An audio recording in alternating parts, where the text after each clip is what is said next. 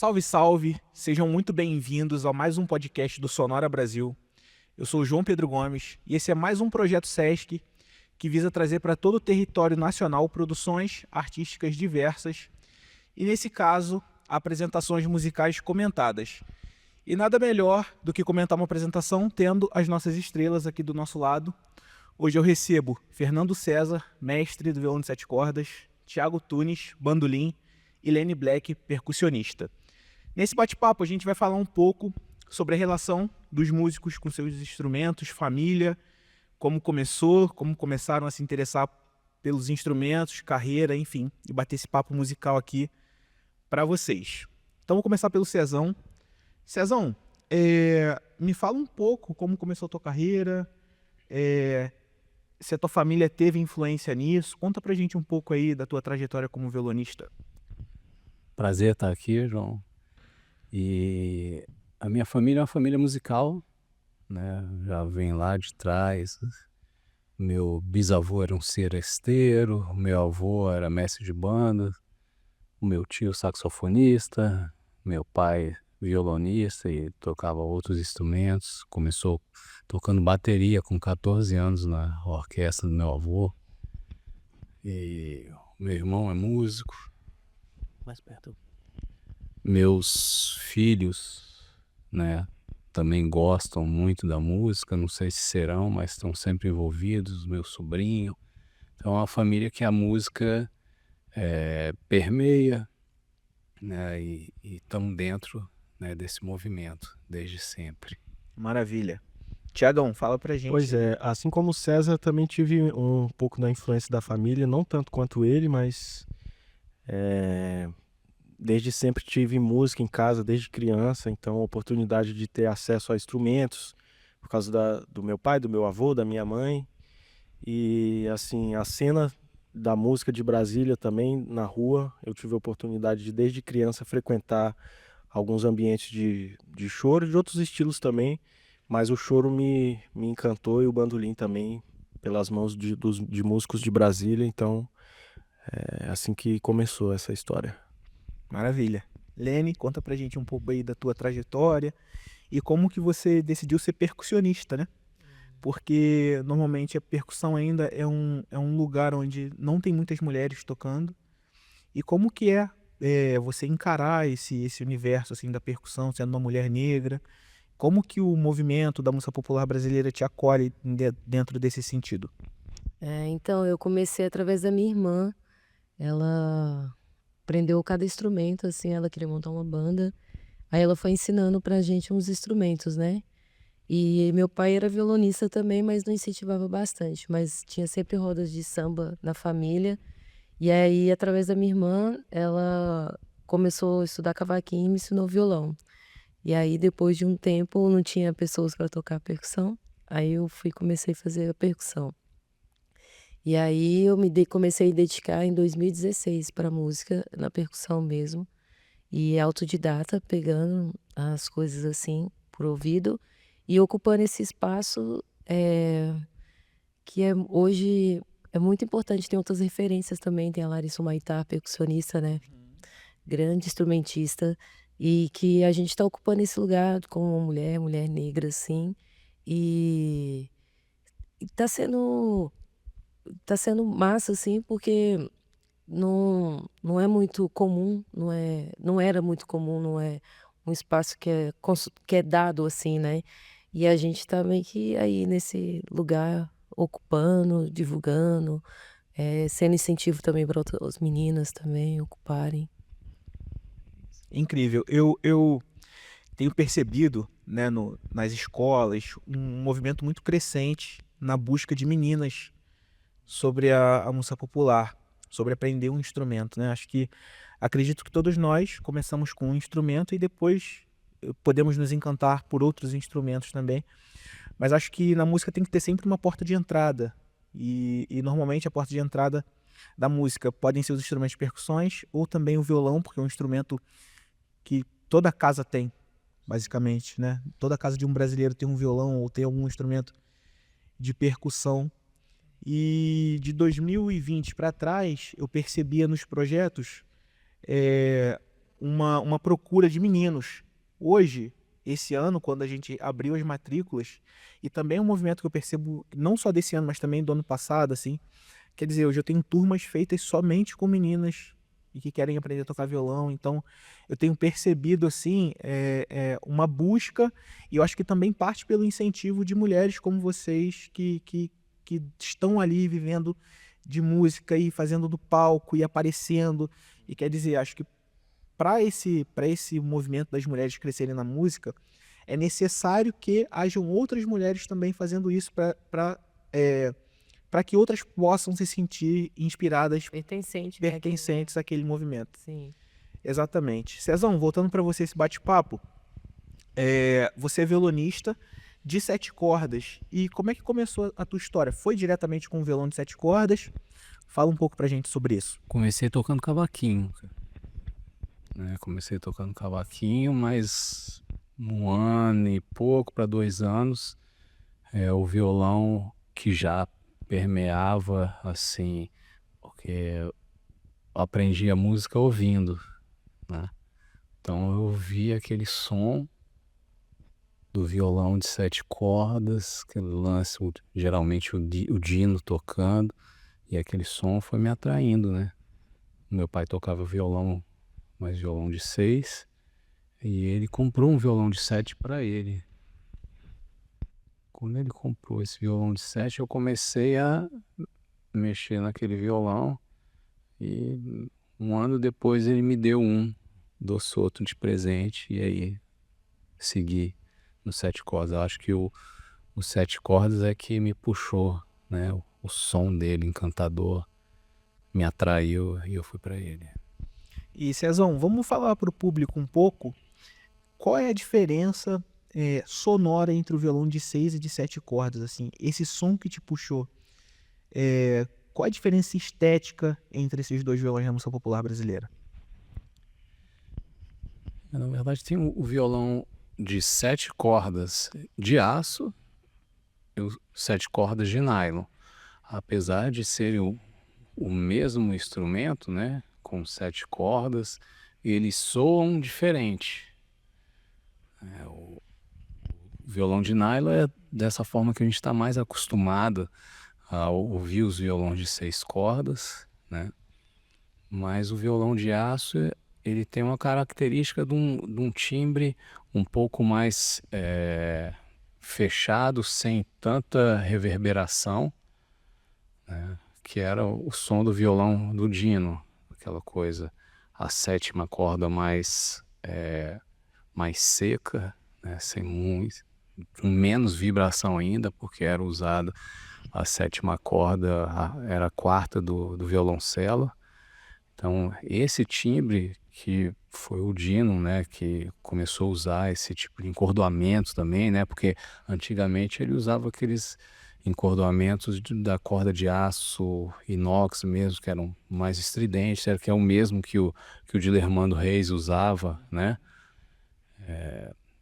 Eu falei no início do som característico, mas assim, se a gente for voltar, tem outros sons, né, como por exemplo do Dilermando, que tocava com cordas de aço e todas as cordas de aço, né? Os 7 cordas do Dino, as 2 primeiras de nylon e o restante de aço, com a 7ª de violoncelo. Então esse som era diferente, né? E não era só o som do encordoamento, obviamente. Tinha o som que o Dino tirava do instrumento dele, né?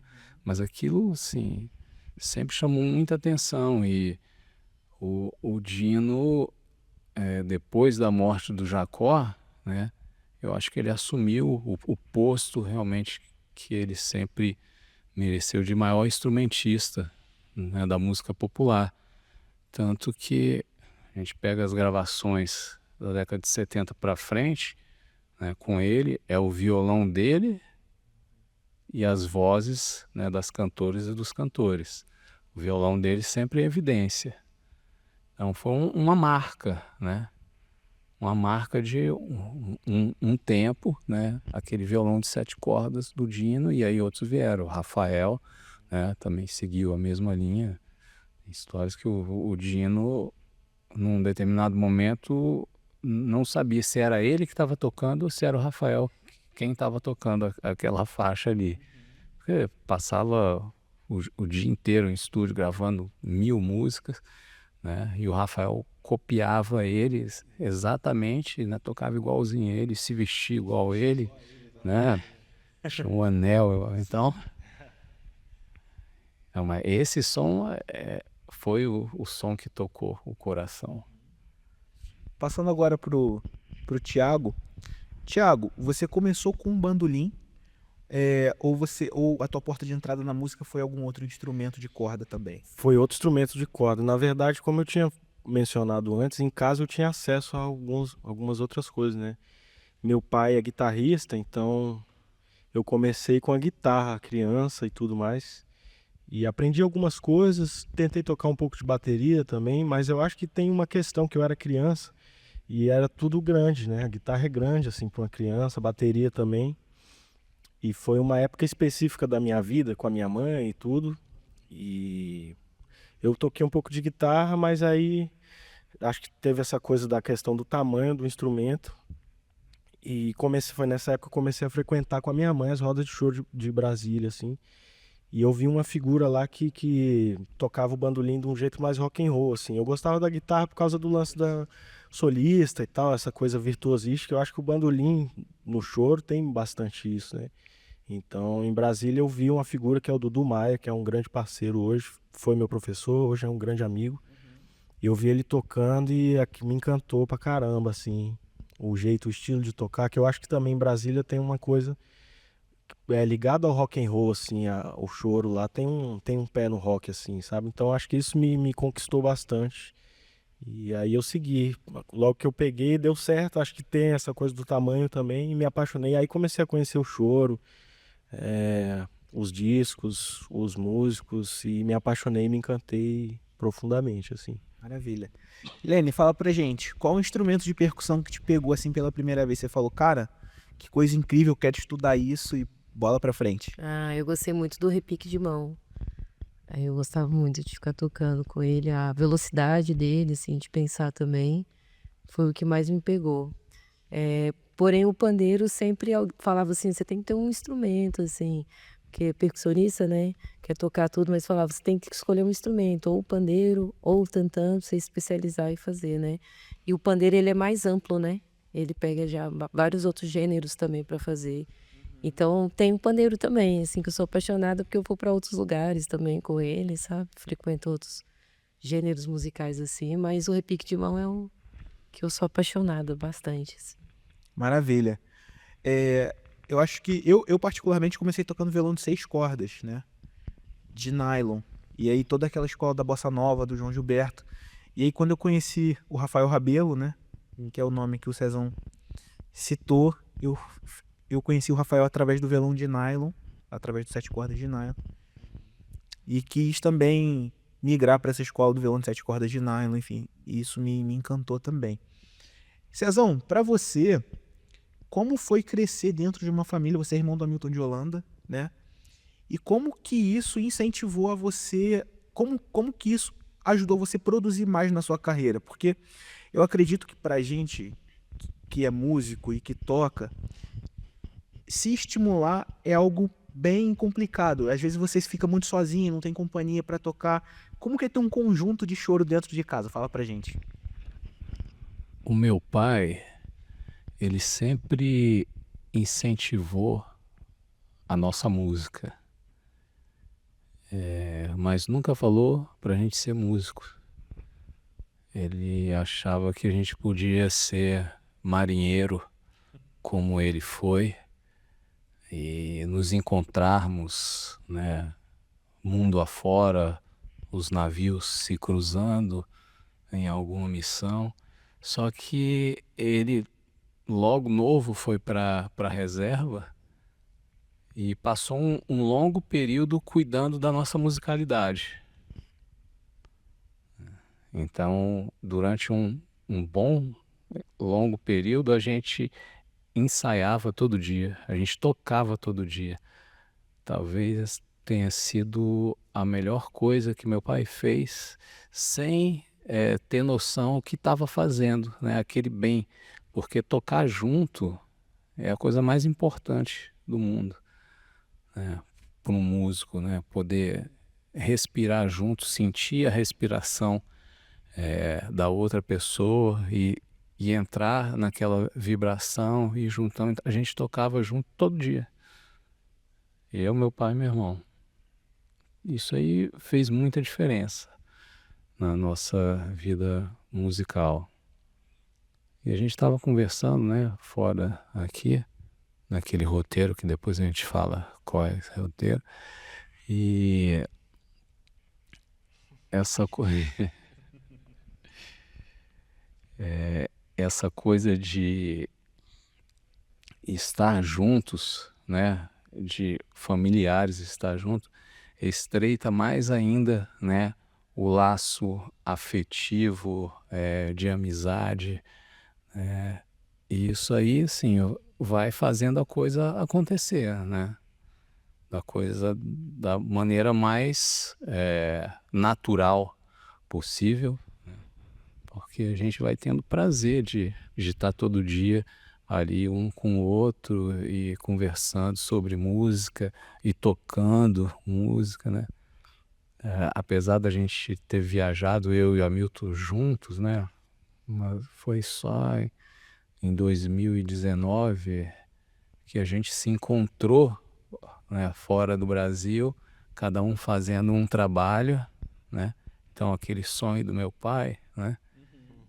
Aconteceu em 2019, a gente, cada um num trabalho, nos encontramos e fizemos um show juntos também, né? Por conta desse encontro, foi na Estocolmo. Então, assim, foi só agradecer a meu pai e a vida. Claro, claro.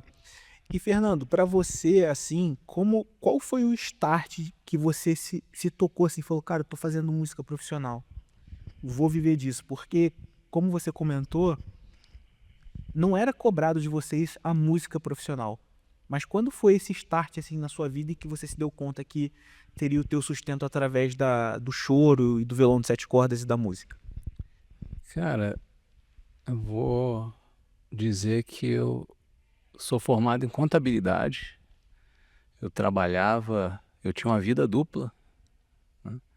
Trabalhando num banco e tocando, né? Até um determinado momento, 2000, 2001, que eu falei, eu não, eu vou ter que decidir o que é que eu quero fazer. Essa vida dupla já não tá dando mais, assim, já tô ficando mais velho e, obviamente, assim, o que eu ia escolher foi o que eu escolhi, a música, e a partir daquele momento eu pedi para o banco me demitir, eles não quiseram, e eu estava viajando muito, né, para tocar. A galera segurava minha onda lá, mas eu falei, acho que agora chegou a hora, assim, já que eles não querem realmente me demitir, eu vou pedir a demissão. Então eu voltei, passei uma semana fora, aí ia voltar, ia passar um dia em Brasília, ia passar mais 8 dias fora viajando. Eu falei, aí nesse dia que eu tive em Brasília, eu passei, pedi minha demissão e segui. E aí, a partir daí, eu acho que começou realmente a minha vida profissional.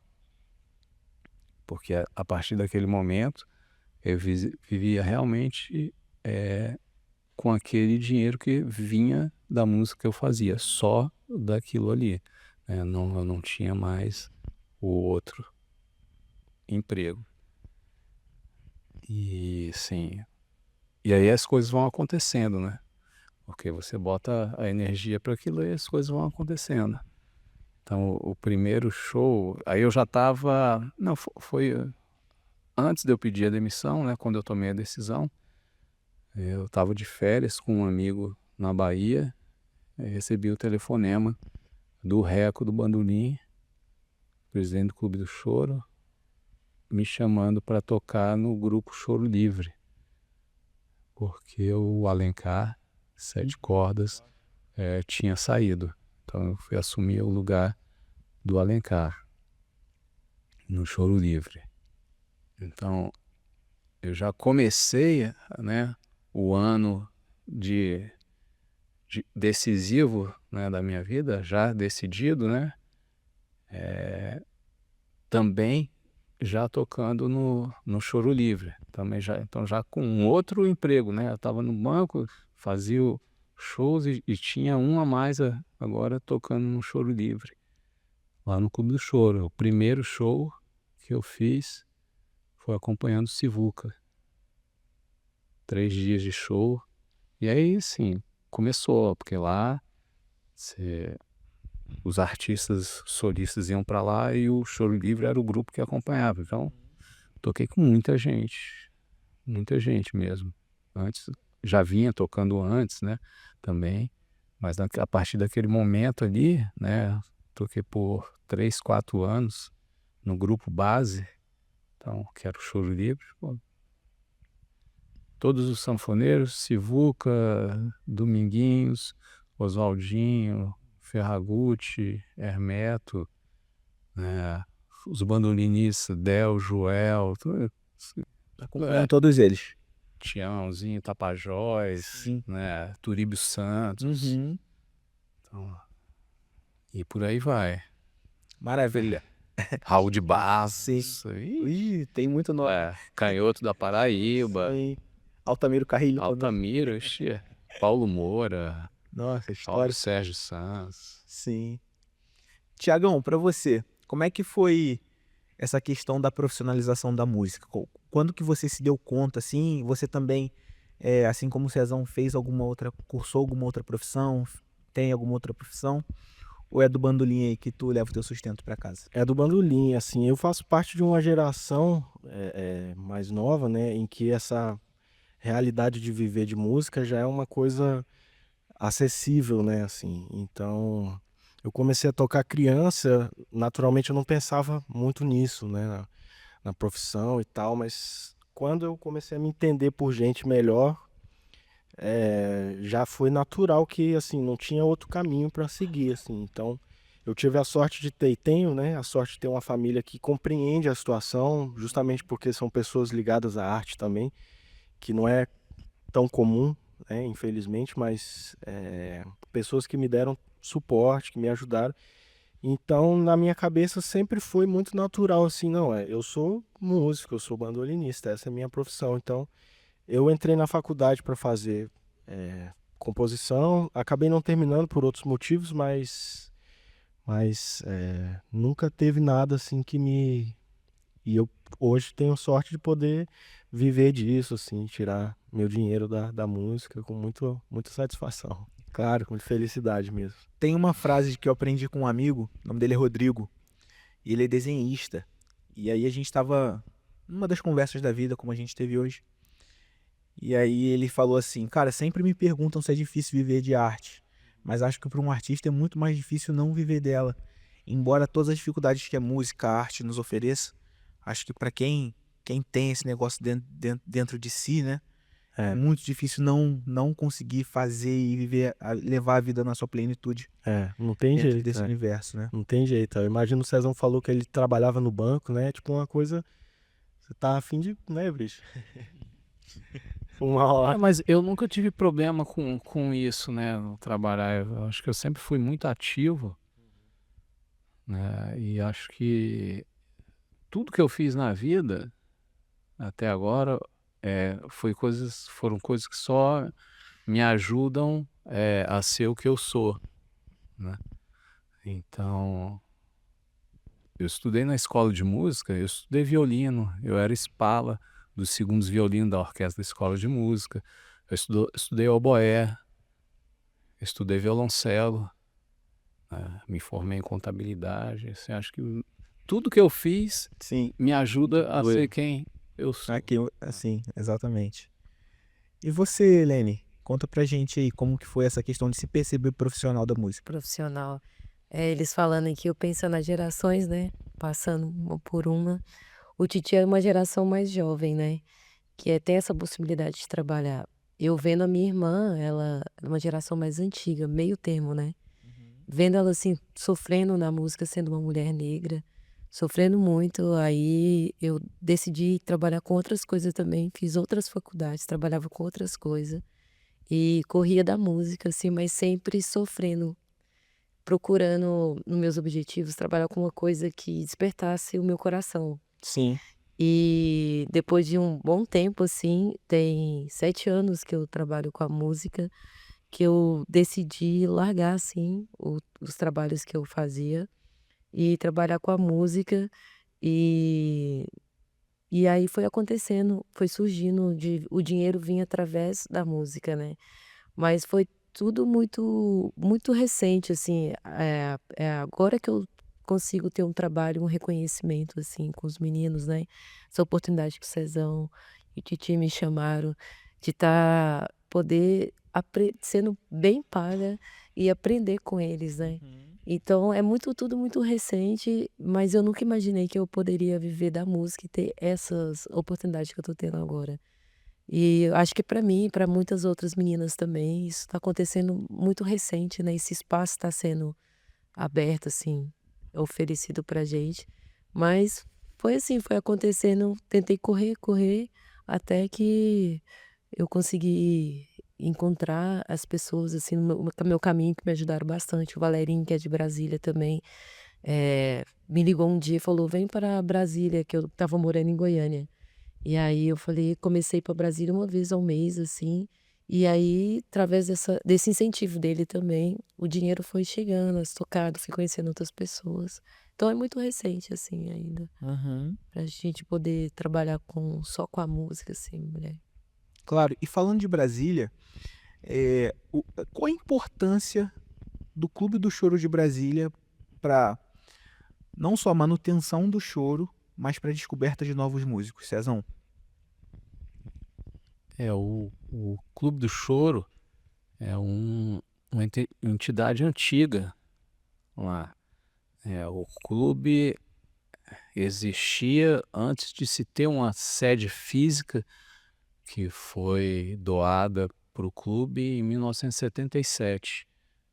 Mas antes disso, né, os chorões se encontravam em alguns lugares, né, e era o Clube do Choro, porque o, o encontro dos chorões, as rodas, dessas rodas é que foi gerado o Clube do Choro.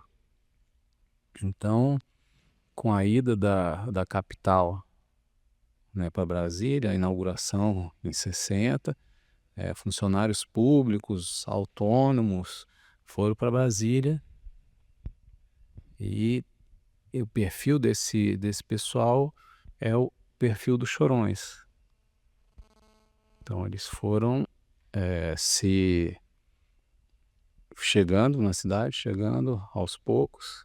Esses encontros foram se fortalecendo. Em 77 veio a sede, né? E o choro foi tendo reuniões naquela coisa da informalidade. Se eu não me engano, em 93 o Reco assumiu a presidência. Em 96 e 97 começou a ter patrocínio para os projetos. Aí foi criado, né, na gestão do Reco. Ele foi atrás de promover projetos. Lá eu encontrei uma reportagem do Correio Brasiliense recentemente, a reportagem da década de 80. E a pessoa que escreveu falando que, poxa, por que o Estado não pega esse lugar aqui e bota, injeta um dinheiro aqui para essa coisa acontecer de verdade, né? Então, a gente já tinha essa perspectiva que a cultura precisa do incentivo, né? Assim como o Sesc faz aqui com Sonora Brasil e outras coisas, né? Palco giratório e por aí vai. A cultura, ela precisa de incentivo. O entretenimento não, né? O entretenimento ele tem vida própria, né? Mas a cultura precisa disso, né? E o Estado teria essa obrigação, né, de prover cultura para o seu povo. E quando isso começou a acontecer, 96, 97, a coisa se fortaleceu. Teve um boom de juventude indo assistir os shows no Clube do Choro. Em 98 se criou a Escola Brasileira de Choro Rafael Rabelo. Então, os jovens que iam assistir os shows ouviam falar, tem uma escola que ensina. Era a época do pagode, né? Da década de 90. Então, muito jovem ligado ao pagode, instrumento de percussão, violão, cavaquinho, iam para a escola de choro também para aprender aquele instrumento, né? Acabavam tendo contato com o choro. Então, o movimento foi se fortalecendo, né? Um privilégio que Brasília tem de ter rádios e TVs públicas.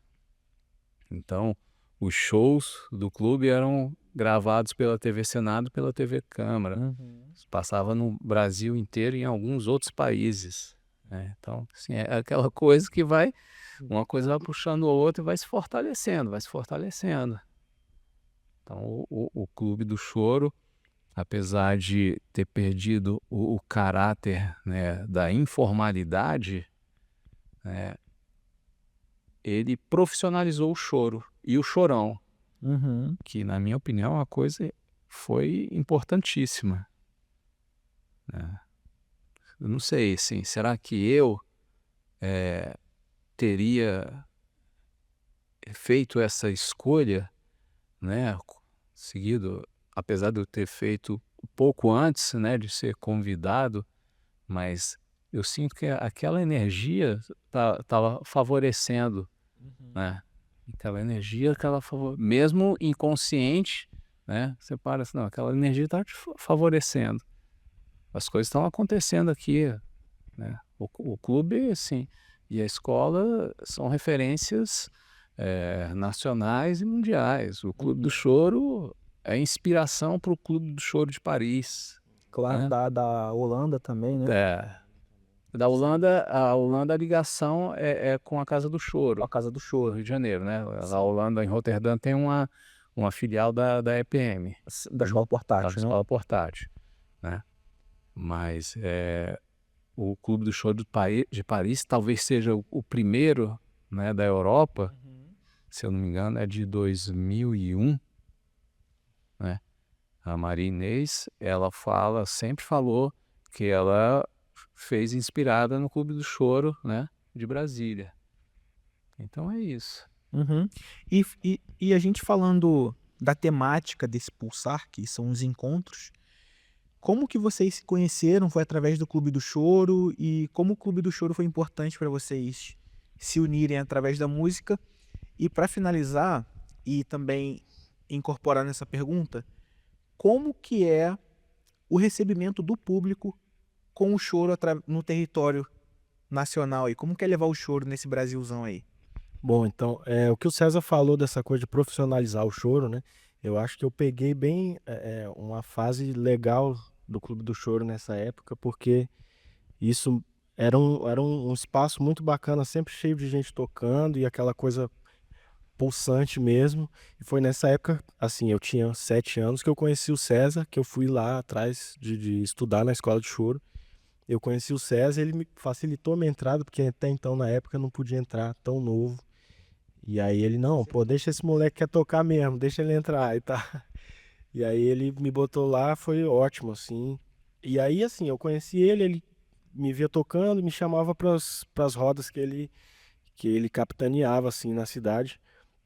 E aí, pô, foi nesse contato na cidade, assim, tocando uma vez ou outra. Eu fui evoluindo, estudando, me aperfeiçoando, até o momento que eu pude gravar meu primeiro disco. Eu convidei o César para tocar e fazer a direção musical, assim. Então acho que aí a gente firmou uma coisa mais séria de uma parceria, assim. Acho que foi o primeiro momento disso, assim. E, cara, poder fazer trazer esse encontro de nós três e levar para cada lugar do Brasil é muito legal, assim, poder chegar em lugares que talvez a gente não chegasse se não fosse o Sesc. E a recepção das pessoas é sempre surpreendente, assim, sabe? Cada lugar da sua maneira, cada público com seu jeito, mas a gente vê que mesmo as pessoas que não conhecem o choro, talvez nunca teve contato, quando tem o contato, tem a oportunidade de ter o contato, as pessoas se identificam, né? Porque é a nossa música brasileira, né? Então, assim, é uma alegria e um privilégio muito grande, uma responsabilidade maravilhosa, assim. Eu tenho achado muito bom, né? Muito.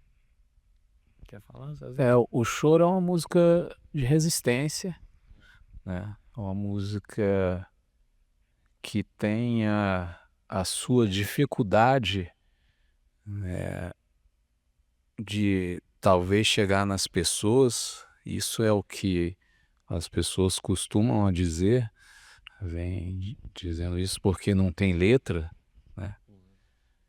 Talvez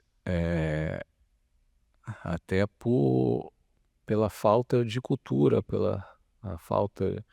A falta, tudo isso vem da falta de educação mesmo, né? Uma educação não tão adequada. E eu acho que projetos como esse, né, do Sesc Sonora Brasil, ajudam muito, né, a gente levar, porque são manifestações, né? Não sei se o programa é temporal ou atemporal, mas ontem eu assisti o show da Andrea, né, e do Chau do Pife. Cara, sensacional, né? Sim. E quando, sim, eu teria chance de assistir, apesar de já ter tocado com o Pifeiro, eu toquei com o João do Pife, né, de Pernambuco, sim, mas não é uma coisa que, assim, dentro das nossas regiões, né, no Centro-Oeste, os pifeiros têm, né, um mestre pifeiro, pô, o cara é uma sumidade, né? Poder ver e ouvir, trocar uma ideia rápida, assim, isso é maravilhoso. E isso tinha que acontecer diariamente, né? E nas escolas desse Brasilzão. Com certeza. Concordo. E eu acho que esse movimento de escola e de projetos e de você estar na escola pública e de novas escolas de choro são fundamentais assim para a manutenção da nossa música, né? Acho que e tem uma coisa que você falou referente à educação e eu vou além um pouco. As crianças do nosso Brasil, que serão os nossos futuros ouvintes, não gostam de choro porque não conhecem o choro. Exatamente. Então, quando a gente leva as crianças até o teatro, quando a gente leva o choro até o público, a gente percebe que, bicho, peraí, essas pessoas não estão gostando porque não estão chegando até elas. Quer dizer, a indústria, eu não gosto nem de falar a mídia, porque a mídia é um reflexo do que a indústria está pagando para aparecer, né? A indústria não favorece músicas de resistência como choro, enfim, músicas de resistência de forma geral. E acredito que esse movimento de levar o choro nas escolas ou de levar as crianças até teatros é um movimento de você democratizar o acesso à música que a gente acredita, e isso trabalha diretamente com a manutenção da cultura do nosso país. Por quê? Eu digo isso. Daqui a alguns anos, se não tiver o público para nos ouvir, para quem nós iremos tocar? Então a formação de público é tão importante quanto a formação de novos artistas, né?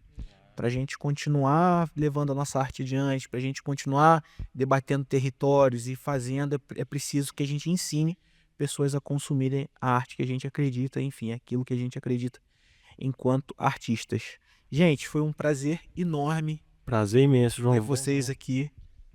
Espero que o show seja próspero, abundante, e não só esse, mas todos os outros também que vocês vão fazer nessa turnê. É um prazer para mim estar falando com vocês, cada um de forma especial.